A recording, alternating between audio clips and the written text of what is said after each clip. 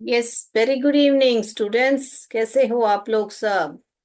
तो कंटिन्यू करेंगे ना हमारा lesson, the man who gave India wings. तो अब तक का क्या देखा हमने? यहाँ पे क्विक रिकैप कर देते हैं। जेआरडी करके हम उनको जानते हैं। जो उनका पूरा नाम क्या है? जहांगीर रतन जी दादा बॉय टाटा। सबको गुड इवनिंग बेटा। ओके, सबको गुड इवनिंग बेटा। ऑल राइट, ठीक है ना। तो फिर हमने देखा था कि वो कब उनका जन्म हुआ था। पेज नंबर 57 निकाले। जब तक मैं रिकैप करूं आप लोग बुक निकाल लीजिए, क्योंकि क्या करना है हमको, साथ साथ पढ़ना है। चलिए चलिए, ओके। राइट। सो बॉर्न July 29, 1904। 1904 भी बोल सकते हैं इसको। पेरिस, कहाँ पर? पेरिस में। और फिर उनका पापा का नाम क्या था?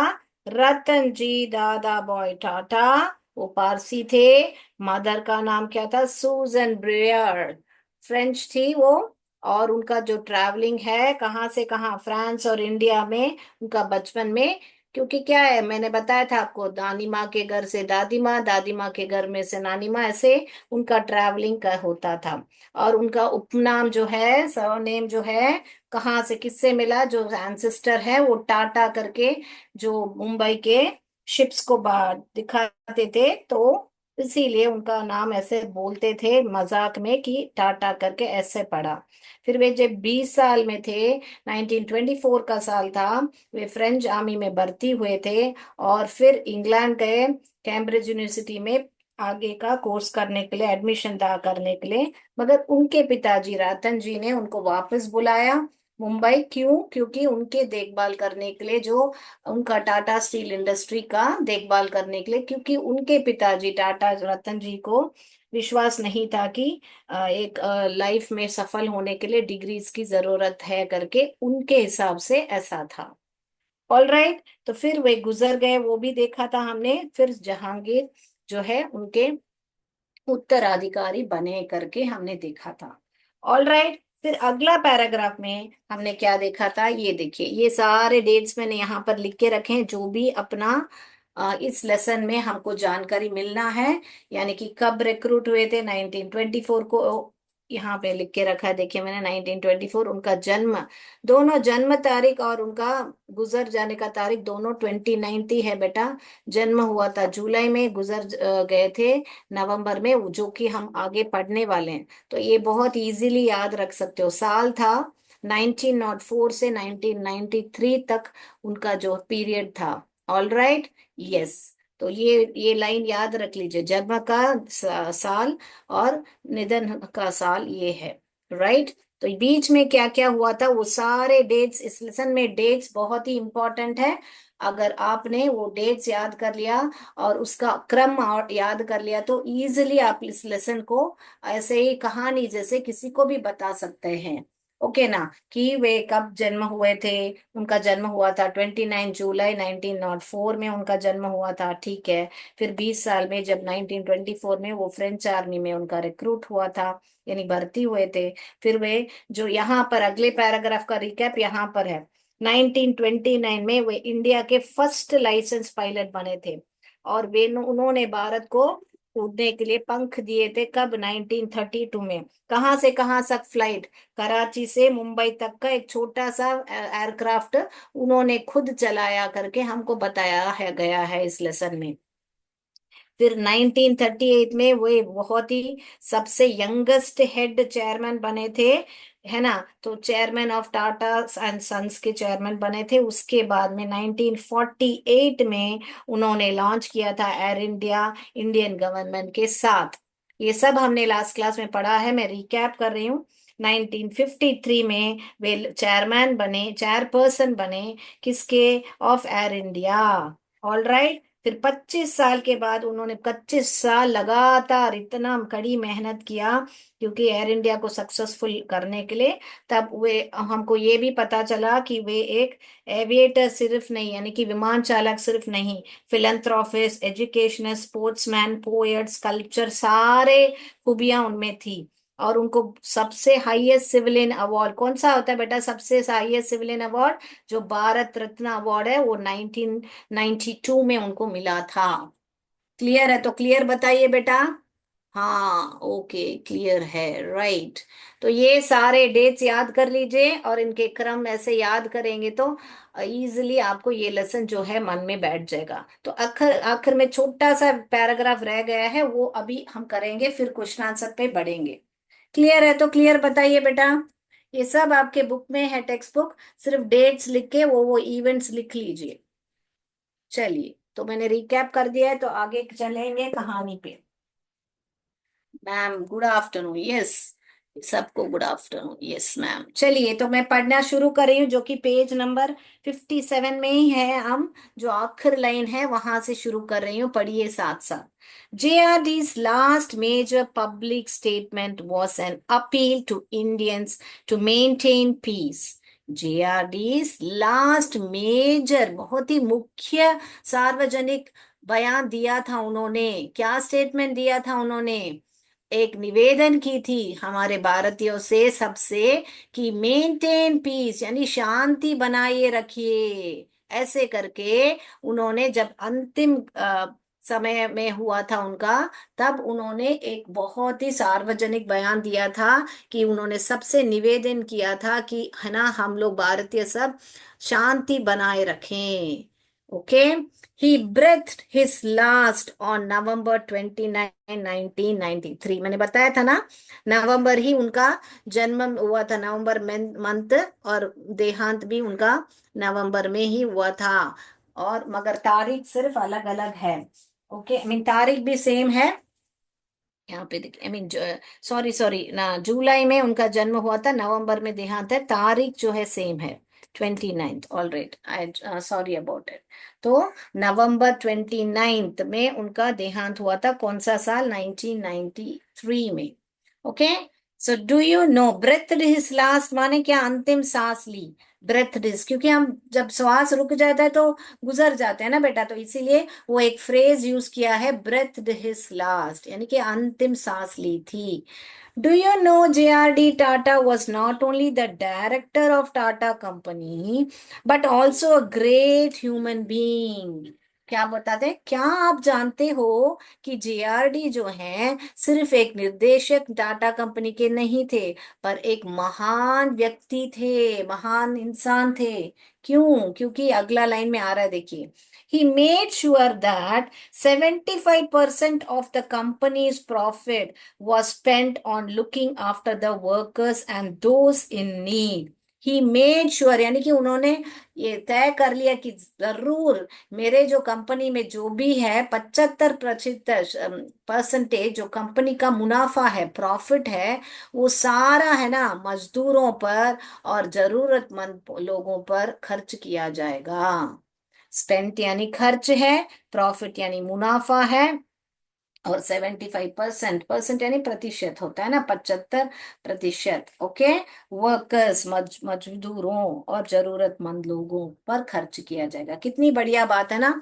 जो भी है अमीर होते हैं, सब कभी कभी सोचते हैं कि मैं, मेरा परिवार ही आगे बढ़े और मेरा मेरा ही सब कुछ सब अच्छा हो जाए, मगर ये कितनी बड़ी बात है ना, कि उन्होंने उनके कंपनी में से जो भी कमाया, वो उनके वर्कर्स और जो जरूरतमंद लोग को, कितना कितना बड़ा परसेंटेज है, देखो 75% इज अ ह्यूज परसेंटेज।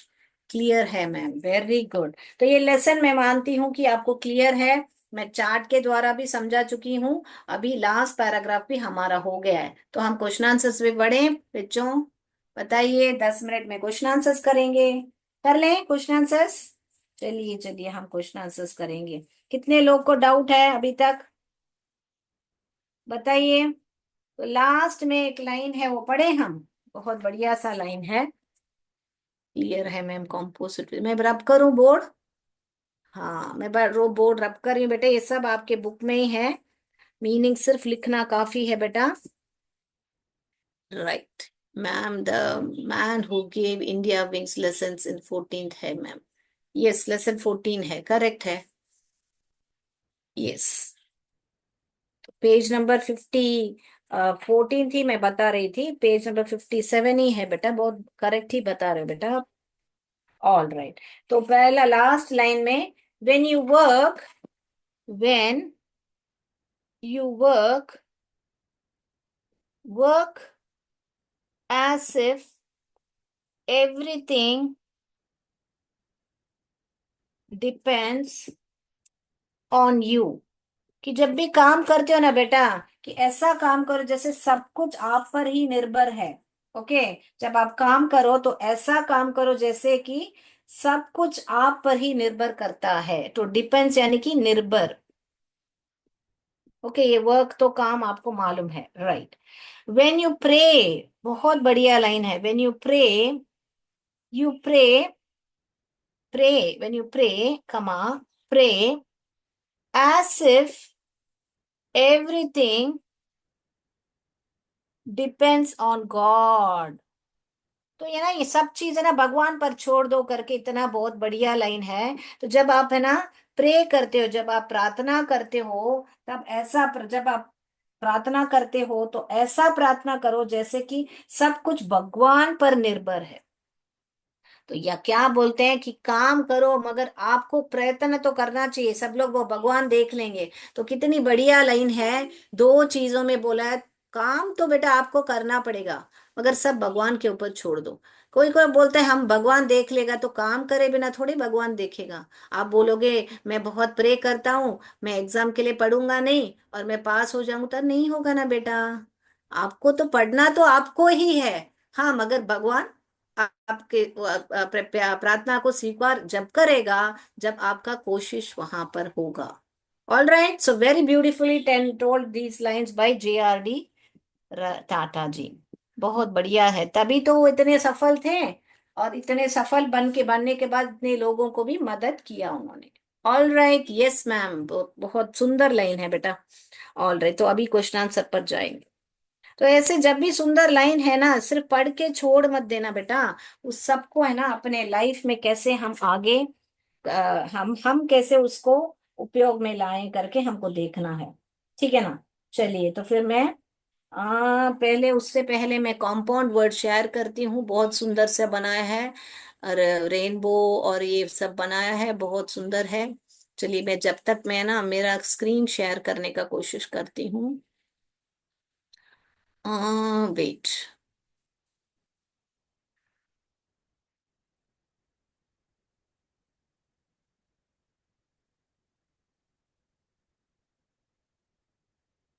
मेरा स्क्रीन दिख रहा है बेटा? दिख रहा है तो जरा चैट बॉक्स में बता दीजिए बेटा। दिख रहा है? इसमें स्क्रीन विजिबल? यस मैम, ये देखिए बहुत सुंदर से, मैंने बोला था लास्ट क्लास में आपको मैं शेयर करूंगी इनका। राइट, ये देखिए, ये देखिए बहुत सुंदर सा कंपाउंड वर्ड बनाए हैं। ब्लैक एंड बोर्ड, देखिए ब्लैक बोर्ड, बोर्ड का स्पेलिंग करेक्ट कर लीजिए बेटा, मैं लास्ट टाइम ही बताया था। बटर और फ्लाई, देखिए बहुत बढ़िया से बनाया है। और यहाँ पे बात और रूम, देखिए बहुत बढ़िया बनाया है, मैं क्लोजअप में बता रही हूँ, देखिए। और फिर यहाँ पर देखिए सन और फ्लावर, होम और वर्क। और यहाँ पर ये बहुत सुंदर लगा मुझे, देखिए यहाँ पे हाउस और वाइफ को बहुत बढ़िया बनाया, देखिए हाउस वाइफ, है ना। बहुत बढ़िया है ये। तो ऐसे बनाना शुरू कीजिए, ऐसे ड्राइंग के साथ समझ के पढ़िए, बहुत बढ़िया। और नाम, मैं इधर नाम नहीं लिखा है लास्ट क्लास में, मगर मैंने नाम लिया था। जो भी बच्चा है मेरे को चैट बॉक्स में आप लोग वापस मेरे को नाम बता दीजिए प्लीज। जिसने भी ये भेजा है कौन सा स्कूल है और नाम है मुझे बता दीजिए, मैं वापस जरूर अनाउंस करूंगी। तो चलिए अभी क्वेश्चन आंसर्स पर जाते हैं। फर्स्ट वाला, व्हाट वॉज द, मैं वेट कर रही हूँ, चैट बॉक्स देख रही हूँ, जिसका भी नाम है। ये कोमल पटेल और निधि पटेल ने वो रेनबो और ये सारे SES कानपुर से भेजा है, बहुत बढ़िया भेजा है बेटा आपने। व्हाट वॉज द नेम, ये कॉम्पाउंड वर्ड जिसने भी बनाया है बेटा उनका नाम लिख के भेजिए वापस मुझे। What was the name of JRD's parents, यानी JRD के पेरेंट्स के नाम क्या थे। एंड विच कंट्री, दो सवाल पूछा गया, which country did they belong to, और किस कंट्री को वो बिलोंग करते थे करके बता रहे हैं। ओके। क्या है बताइए, आपको ये आंसर पता होना चाहिए, बताइए मुझे। हाँ, जेआरडी के फादर के नाम क्या था? Okay, JRD's father was an Indian Parsi. So what was the name of JRD's parents? And which, what भी पूछा है, which भी पूछा है। So JRD's father, रतन, रतन जी था ना उनका नाम, रतन जी दादा बॉय टाटा। तो नाम जब भी लिखोगे बेटा, ये सारे कैपिटल में लिखोगे आप, ओके। वॉस, क्या थे दोनों का सवाल का विच और वॉट दोनों ही साथ में आंसर करने हैं। Was an Indian Parsi, Parsi थे। तो वॉट भी हो गया यहाँ पर, नाम क्या था, रतन जी दादा बॉयटॉय, विच कंट्री यानी कि इंडियन कंट्री है, और वे पारसी थे, वो भी बता दिया है। दोनों सवालों का जवाब एक सेंटेंस में दे दिया है। Okay, right. उसके बाद में एंड, अभी मदर का नाम बोलना, and mother Suzanne Briere was a French, तो फ्रेंच की थी। बस ये ही आंसर है। ओके बेटा। सी एस कारदाना बोल रहे हैं Ratan ji, very good, thank you, answer बता दिया है आपने, यस। ओके, ठीक है ना, ये पहला वाला आंसर है आपका। दूसरा वाला आंसर क्या है? नेम द एविएशन सर्विस, कौन सा एविएशन सर्विस सेटअप किया था हमारे जेआरडी ने, बाय जेआरडी। कौन सा एविएशन सर्विस सेटअप किया था? ओके, तो सिर्फ आपको टाटा एविएशन सर्विस, एक ही सिर्फ वन वर्ड ही है, देखिए, टाटा एविएशन सर्विस। तो सिर्फ टाटा का स्पेलिंग ही आंसर है, बाकी सब आपके क्वेश्चन में ही है, देखिए, सिर्फ टाटा एविएशन। आपको अगर 2 मार्क्स का पूछ रहे हैं तो Tata aviation service was the setup, was the aviation centre by J setup by JRD करके इसको लिखना है।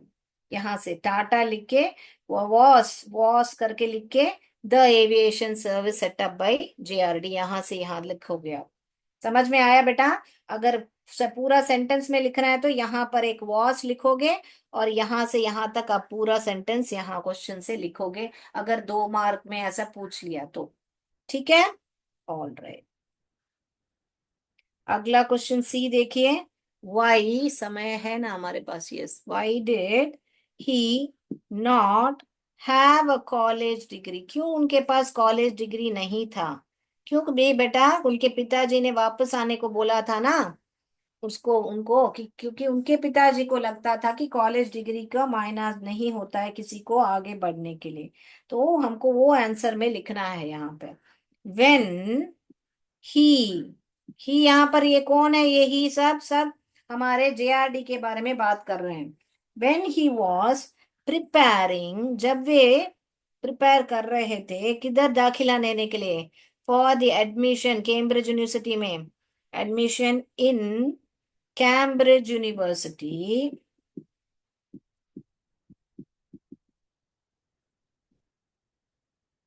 कमा, उनके पिताजी ने बुलाया था ना, his father asked him to return, him to return, वापस आने के लिए बोला था। तो कहाँ पर, मुंबई के से, मुंबई को वापस आ जाओ करके फादर ने बोला था, फुल स्टॉप। क्यों, अभी वजह बतानी है क्यों? क्योंकि उनके फादर को विश्वास नहीं था कि डिग्री जरूरत है, वो हम लिखेंगे अब। His father did not consider a college degree necessary to succeed in life, to succeed in life, to succeed in life, यानी कि जिंदगी में आगे बढ़ने के लिए, ये सक्सीड करने के लिए एक कॉलेज डिग्री जरूरत नहीं है करके उन्होंने बताया था। यस मैम, यस मैम, अभी एमसीक्यू पर जाएं, ठीक है ना। तो आज हम यहाँ पर रोकेंगे सी, बाकी 4 क्वेश्चन आंसर है। और इस लेसन में आपका 2 ग्रामर टॉपिक आ रहा है, जो कि प्रपोजिशंस है और डायरेक्ट और इनडायरेक्ट स्पीच है।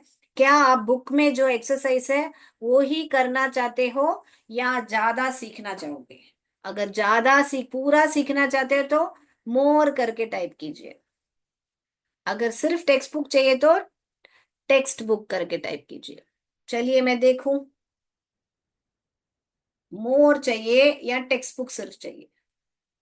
बताइए, अच्छा टाइप कीजिए। मैं क्या पूछ रही हूँ, प्रिपोजिशंस और इनडायरेक्ट डायरेक्ट स्पीच है ग्रामर का।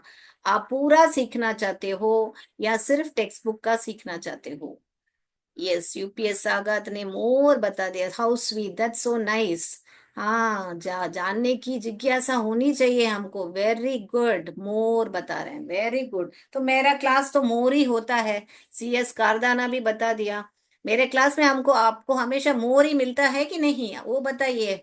हाँ कि नहीं, यस कि नो? चलिए मैं शेयर करती हूँ मेरा स्क्रीन। चलिए, मेरे क्लास में आपको हमेशा मोर ही मिलेगा, लेस तो कभी मिलेगा नहीं। चलिए मैं स्क्रीन शेयर करती हूँ। ओके, ये लेसन पर अभी मैंने एमसीक्यू बनाए हैं, तो मैं मेरा स्क्रीन शेयर करती हूँ। सबने इस मोर मोर बता दिया तो मोर दे देंगे आपको। यस, चलिए।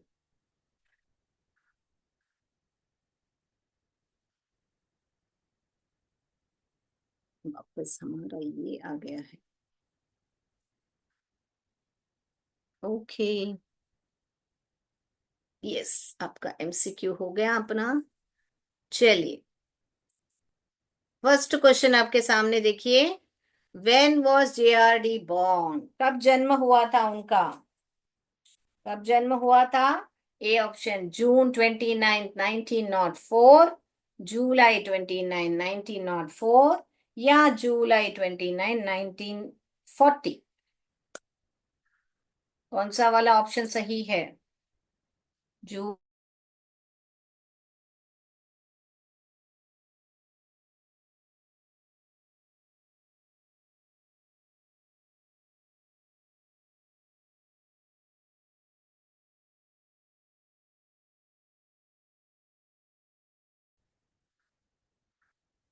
टाटा's childhood was spent traveling between dash and dash। उनका चाइल्डहुड कैसा बीता, कैसे सफर होता था उनका, कहाँ से कहाँ? France and Paris, Paris and India, France and India?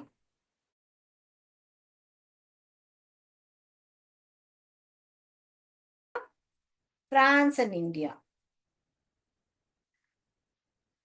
Okay, France and Paris, Paris and India, France and India.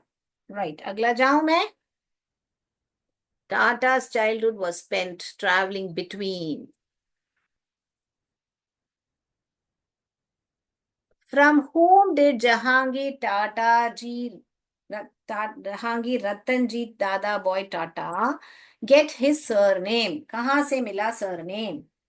A. Father, B. Ancestor, C. None of the above. From whom did Jahangir Ratanji Dada Boy Tata get his surname? कहाँ से मिला surname? Father, ancestor, none of the above? हो गया। Who was Suzanne Briere? JRD's mother, B option, JRD's grandmother, C. None of the above? Who was Susan Breer? JRD's mother, B option, JRD's grandmother, C option, none of the above? हो गया। चलिए, when was JRD recruited in French army? At the age of 20, in 1924, all of the above? When was JRD recruited into the French army? At the age of 20, in or B 1924, all of the above? Right. Where was JRD sent to prepare for admission in Cambridge University? Where was JRD sent to prepare for admission in Cambridge University? A. France. B. England. C. Belgium. A. France. B. England. C. Belgium. All right, हो गया. Where was JRD sent to prepare for admission in Cambridge University? Right. When was JRD made the chairperson of Air India? When was JRD made the chairperson of Air India?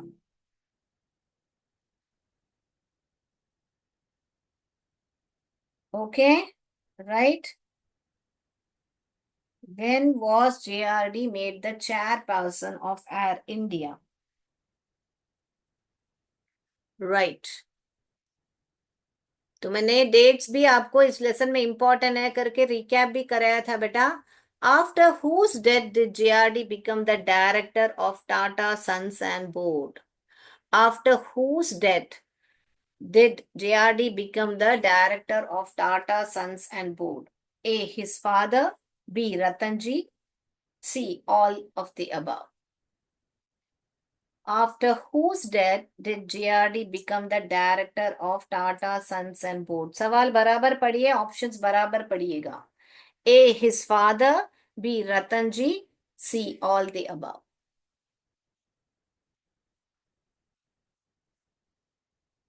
How much percentage of the company's profit was spent on the workers and those in need? How much percentage? A. 25. B. 50. C. 75. A 25%, B 50%, C 75%. How much percentage of the company's profit was spent on the workers and those in need? Right. Who became the first licensed pilot in 1929? A. Jahangir Ratanji Dadabhai Tata. Ratanji Dadabhai Tata. C. JRD's father. Who became the first licensed pilot in 1929? A. Jahangir Ratanji Dadabhai Tata. B. Ratanji Dadabhai Tata. C. JRD's father.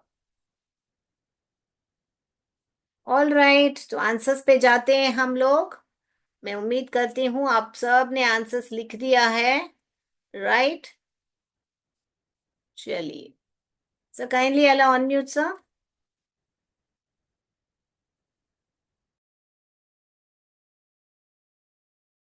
Thank you.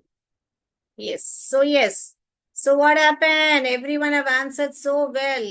Composite विद्यालय, Android CS कारदाना ने answer किया है. फिर बाद में UPS सागात ने answer किया है. सबने बहुत बढ़िया से चैट बॉक्स में आंसर किया है. कॉम्पोजिट विद्यालय, CS आदमपुर, सबने बहुत बढ़िया से किया है आंसर्स. और बहुत सुंदर ड्राइंग्स भी भेजे हैं. Thank you so much. तो आज के लिए इतना ही बेटा. तो आप लोग ने सब ग्रामर में मोर मोर बताया है, तो हम मोर ही देंगे आपको, कभी कम तो नहीं दिया है आपको. चलिए आज के लिए इतना ही. थैंक यू कॉम्पोजिट विद्यालय, आपको भी. तो आज के लिए इतना ही. जय विद्या शक्ति, जय भारत, जय हिंद.